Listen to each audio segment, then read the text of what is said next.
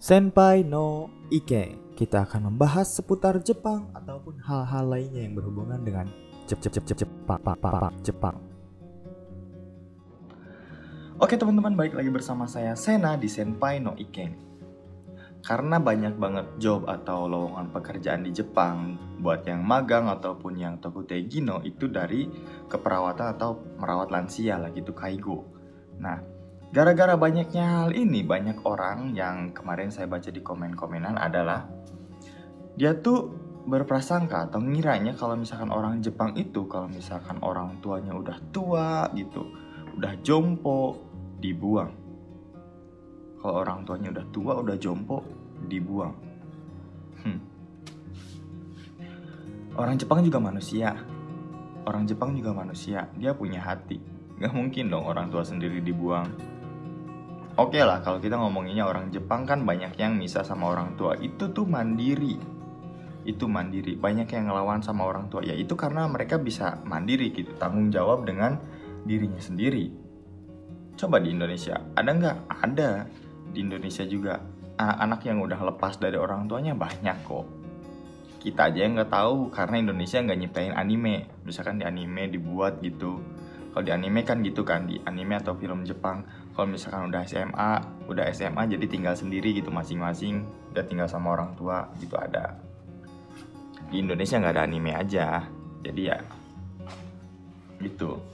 Tapi kalau misalkan yang tadi dibilang orang Jepang, kalau misalkan orang tuanya udah tua, udah jompo, udah nggak bisa kerja, itu dibuang, itu salah banget.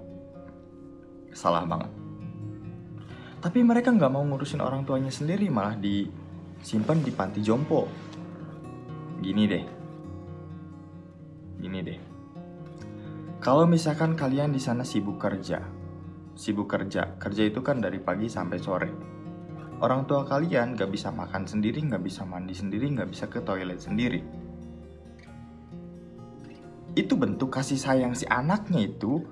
Nyimpen si orang tuanya di panti jompo. Itu bentuk kasih sayang si anaknya. Bukan karena nggak perhatian, bukan karena nggak peduli, tapi justru karena sangat peduli. Karena takut di rumah nggak ada yang ngurusin, takut kenapa-napa di rumah nggak ada yang tahu, makanya disimpan ke panti jompo. Seperti itu. Tapi kan bisa manggil susternya ke rumah. Ada memang. Ada yang kayak gitu, yang manggil susternya ke rumah. Tapi kan biayanya nggak dikit. Biayanya gede. Gak semua orang mampu buat bayar biaya itu. Ada kemungkinan orang Jepang yang orang tuanya disimpan di panti jompo itu sebenarnya pas-pasan kan duitnya. Pas cuman buat itu gitu. Ya udah, cuman bisa bayar panti jompo. Kalau misalkan mereka emang ngebuang orang tuanya, ngapain disimpan di panti jompo? Udah aja buang ya kan?